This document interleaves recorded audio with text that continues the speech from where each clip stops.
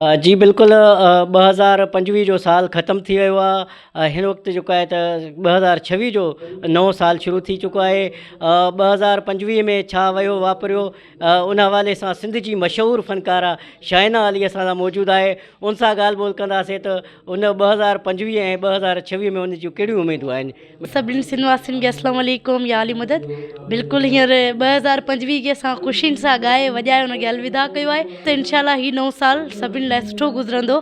ऐं असांजा जेके सिंध जा हालात आहिनि त उमेदु आहे त 2026 में उन्हनि ते बि ज़रूरु माण्हू कमु कंदा ऐं या न जेके असांजी सिंध में जेके जेके कमियूं आहिनि उन्हनि खे पूरो करणु घुरिजे। जी तव्हां सिंध जी मशहूरु फ़नकार शाइना अली जी ॻाल्हि ॿोल ॿुधी। उन जो चवणु हो त 2025 जो जेको साल हुयो उहो ख़तमु थी चुको आहे, पर हाणे जेको आहे असांजो 2026 वारे साल में जेके नयूं उमेदूं आहिनि, इनशाला जेको 2026 वारो साल आहे उहो बहितरीनु साबित थींदो, सिंध जी ख़ुशहाली वारो साल हूंदो।